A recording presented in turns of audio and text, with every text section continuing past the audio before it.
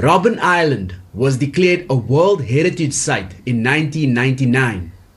The area is steeped in rich history, which still reflects the struggle that many fought in to overcome apartheid.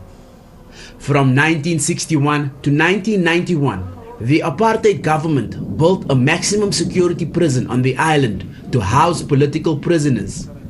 One of them was the late President and South African Nelson Mandela, who spent 18 years on the island out of his 27-year incarceration. The island has been a major tourist destination for decades.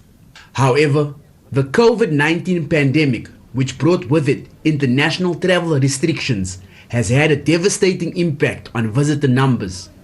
Now, the tourism department is on a mission to revive the tourist site's ailing economy by encouraging domestic travelers to visit the island.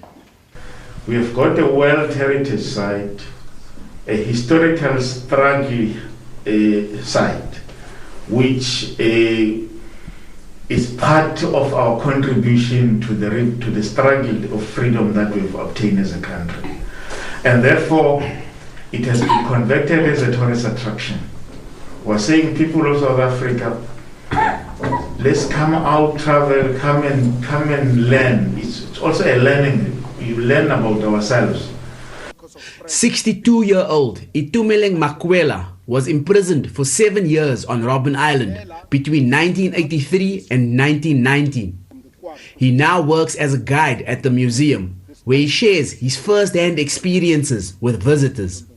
We're taking people here inside the prison, we teach them, we show them where our leaders and ourselves also, how we were treated in this prison, how we survived in this prison.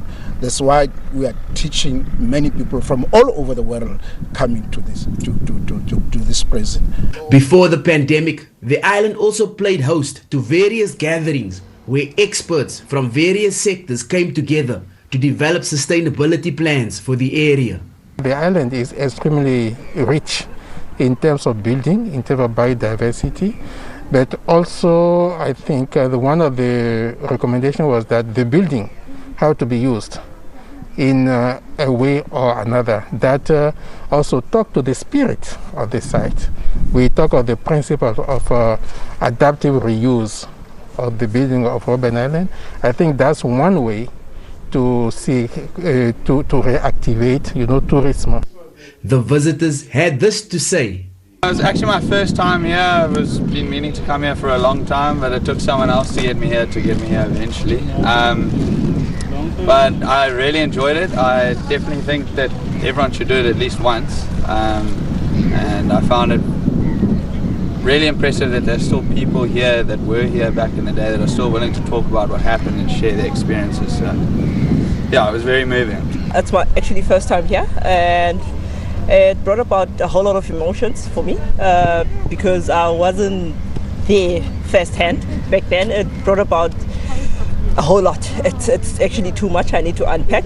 So, but I would actually convince a whole lot of people to come through and actually experience this for themselves. It's also evoked quite a bit of feelings in many people, and I think if anyone has the opportunity to do this, they should genuinely try it.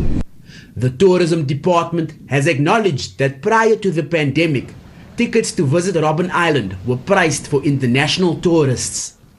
It says it will now be pushing for more affordable rates for popular destinations across the country, including Robben Island, to boost domestic tourism. Corbin August, SABC News, Cape Town.